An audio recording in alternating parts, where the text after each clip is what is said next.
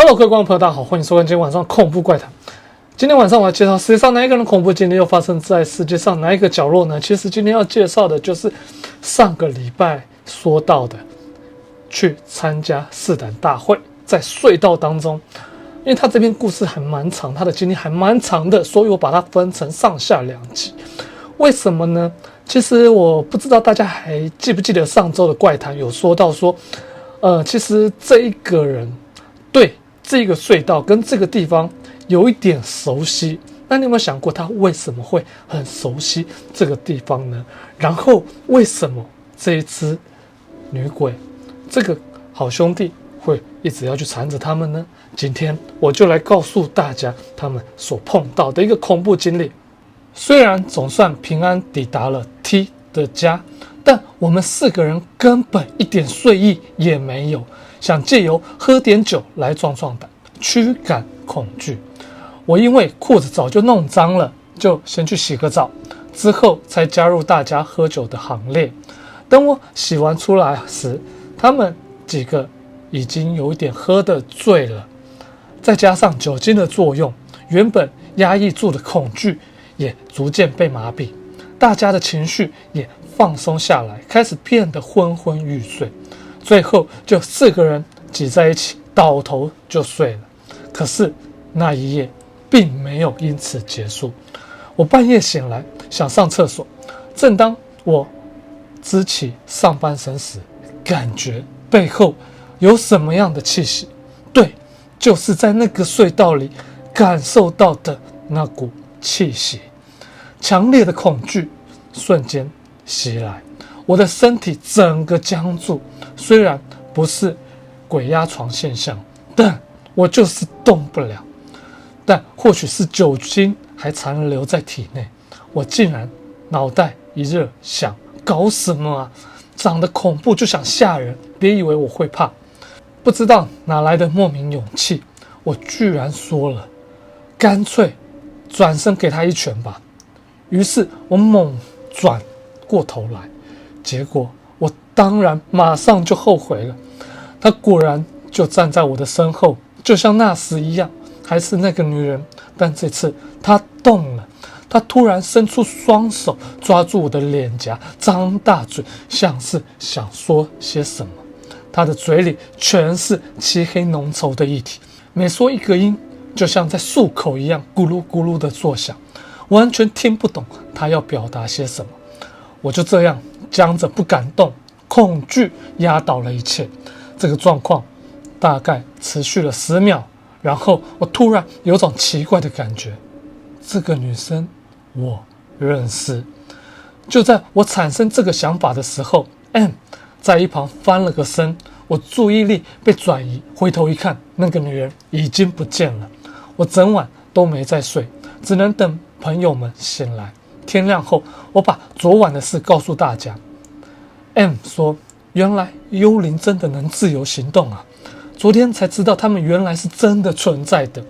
T 说，喂，你真的中邪了吗？这感觉超不对劲的。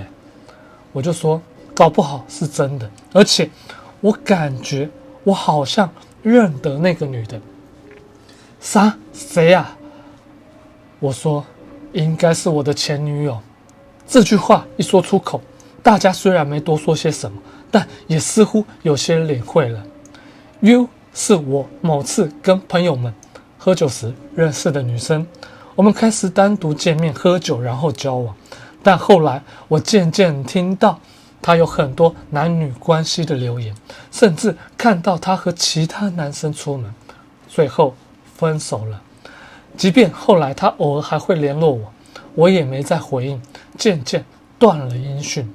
那个隧道会让我感到怀念，就是因为某次喝醉后，我和 U 曾一起来过。至于那个转弯处的花束，就是 U 出事的地点。我确实听过他过世的消息，但当时我只觉得自己早就没有关系了，连葬礼也没有参加。 T 说，难怪你被缠上了，就算你们没有关系了，但连葬礼都不去，他一定很怨恨你吧。 N 说，那现在怎么办？要不要找人帮你做个法什么的？我说，可是我根本不懂那些啊，而且也没钱啊。S 说，我认识一个人，不是什么寺庙或是神社的人，但我有个朋友以前被说是被动物附身，就是找他处理的。我说真的吗？那你可以帮我联络看看好吗？ S 说好，我打电话问问。S 拿起手机拨了电话，过程中看起来有点争执，但最后还是成功约好了。S 说他原本不愿意今天就帮你，不过我拜托了，他说可以。我说太好了，那我们现在能过去吗？ S 说他下午之后可以，因为还要准备些东西。我心想会事先准备，那应该蛮可靠的吧。我们先吃了早餐，然后就前往那个人的家。到了之后，我们看到的是一栋普通的一户建住宅。我们按了门铃，等了一会，一位系着围裙的大婶出来了。我们心想该不会是他吧，结果还真的是他本人要帮我驱邪。我心里其实已经觉得完了，但还是硬着头皮走进客厅，被要求把事情详细经过说一遍。那位大婶听得很认真，点着头，表情严肃。等我说完后，她开口了，我们就叫她 H 女士好了。H 女士说，我不确定自己能不能完全驱除，但我会尽力帮你处理。费用方面可以照平常收费吗？我说要收钱吗？那请问大概是多少钱？ H 女士说包含材料的费用等等，大约是5万日元。我真的假的？对不起，我能分期付款吗？ H 女士说没有关系，这种事要紧，越快越好。看来情况相当的紧急。 H 女士的说法大概是这样的，你的前女友 U 大概是真的对你还有感情，甚至好感，但也有可能是被某种力量给操控了，所以一般的驱邪可能没有用。这次不单纯是驱鬼的仪式，而是要让他从你身上完全转移意识，切断你们的缘分。说得很复杂，我听不太懂，但总之就是要让他忘记我。我问他，我自己要做什么吗？ H 女士说，你什么都不需要做，但要靠你朋友们帮忙。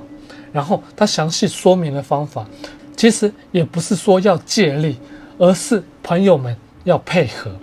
我们4个人先做简单的净身仪式，然后进入他家2楼一间贴满符咒的房间，接着整晚要在里面待一夜。我整晚都不能讲话，而我的朋友们必须持续不间断的说话，也不能睡觉。他说，因为语言有言灵的力量，只要你不说话，U就无法看见你，他只能看到说话的人。透过这种方式，他的意识会慢慢认定你已经不在了，进而把你从他的世界中抹去。T 说，也就是说我们只要一直讲话就行了吗？ N 那还不简单。 H 女士说，确实只要你们一直讲话就好，但我想 U 应该会试图干扰你们，会有什么样的现象我也不清楚，请务必打起精神。干扰，光是听到这个词就让人紧张起来了。我们早早吃完晚饭，洗完澡后就一起进入那个房间。这个房间看起来没什么特别的，除了墙壁、天花板，甚至榻榻米底下都贴满了符咒。大家沉默着等待指定的时间到了。H 女士指定的开始时间是晚上7点，她说在那之前 U 还无法进入屋内，但7点一到，她就得离开，让 U 进来。为了避免外人的干扰，仪式开始后他不能留在家里。7点一到，仪式正式开始。我们3个朋友原本就是嬉笑打闹的类型， H 女士还给了些平常不太有机会喝到的日本酒，大家立刻就嗨了起来。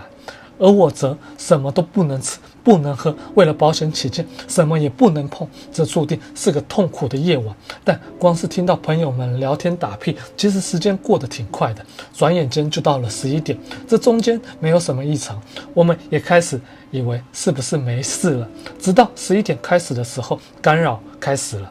首先听见的是走廊上传来的脚步声，啪啪这样的声音以固定的节奏响起，我们全都注意到了，气氛瞬间凝结，但马上想到不能停下来，所以大家继续大声的讲话喧闹。然后墙上房间角落开始出现啪咔的声音，像是裂开拍打的声音，传说中的敲墙声。但这3个朋友本来就蠢得可以，越是害怕越不服输，反而更用力的吵闹起来，尤其是 T， 简直像在发疯。但那时真的让人安心不少。到了凌晨2点，最猛烈的干扰来了，不只是声音变大，而是整个房间仿佛被什么东西猛烈撞击，咚咚咚，墙壁像被用力敲打，同时之前那种咕噜咕噜像漱口的声音也响起来，还伴随着女人的声音啊嘎嘎嘎。我们3个朋友也开始害怕了，说话的声音也逐渐变小了。我们全员吓得脸色发白，连吵闹的声音都没了。我心想完了。当我看一下时钟，才发现已经5点过了。我们竟然撑过来了，天开始亮了。H 女士回来告诉我们说结束了。我们几个男人竟然忍不住大声哭了出来，真的结束了。我们松了好大一口气。最后 H 女士告诫我，那座山以后绝对不能再去，下一次我也救不了你们了。我点头答应，然后离开 H 女士的家。这件事让我深深体悟到，千万别把试胆当游戏。我发誓再也不会去试胆了。2个礼拜2集，我必须说，你只要把它串起来的话，它是一个非常精彩的故事。为什么会这样讲呢？因为其实说坦白啦，假如它真的就是犬鸣隧道，没有错，那边确实有一些发生过一些事情的，只是我不知道这个女生是不是就跟这个男的有关联，我不知道。而且那时候早期去的，因为他有可能是在另外一边，然后我这次去的是在反方向的出口，所以说那个地方到底有没有宫花等等之类的，其实我已经没有记忆了。但他在讲这些东西的时候，让我真的是回想到以前犬鸣隧道的一些事情，觉得是犬鸣隧道的机会应该是蛮高的，不管它是真的还是编造的啦，但觉得还蛮恐怖的。然后再来就是说到除灵这一块，其实这个 H 女士我觉得也是蛮有趣的，所以她有一句话讲的没有错，千万不要把试胆当有趣。对啊，或许今天不会有事，明天不会有事，下礼拜不会有事，但谁晓得有一天会不会你真的出事了，也不是，也有可能会有发生这样的情况，对不对？OK， 我是够上的秦明浩。那这则跨2个礼拜的怪谈就到这边为止，非常感谢大家收看，那我们就下周再见，拜拜。